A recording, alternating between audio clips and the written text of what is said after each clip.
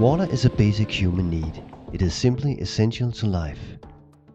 But water, and especially the lack of water, is a threat to mankind. And the effects of climate change with heavy rainstorms and floodings are constantly creating new threats to our society. The question is, how do we develop the urban areas in the future so there's room for both welfare and water?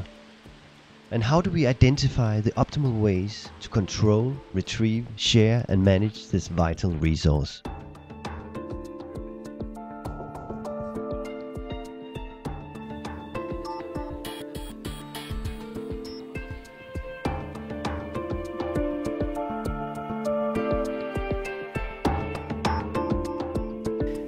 The global challenges within urban water are many, but I think one of them, and one of the most basic, is to find the water resources that you can use for producing drinking water and protect these also from floodings.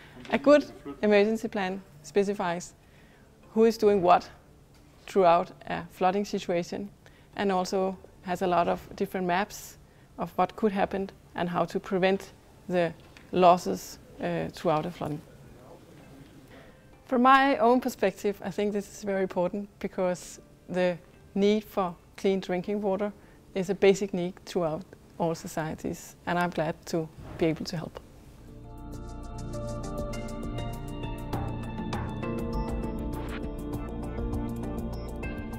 Last summer in July in Copenhagen, during this extreme rainfall, I was in Frederiksberg in the central part of Copenhagen and watching the water flowing through the streets in half a meter's height. It was surreal. We were calculating the effects of flood and that in that time for the Copenhagen Energy, and it was extremely fascinating and frightening at the same time. I think the climatic threat is obvious. We are seeing more flash floods. We are seeing a rising sea level.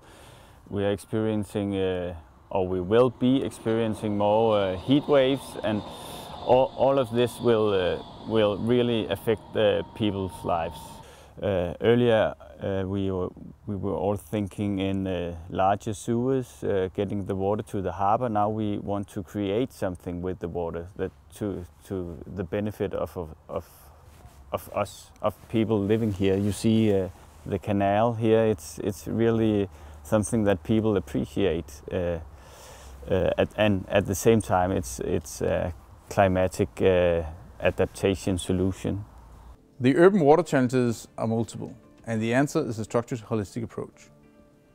At Ramboll, we consider the water challenges to be one of the largest challenges in the 21st century.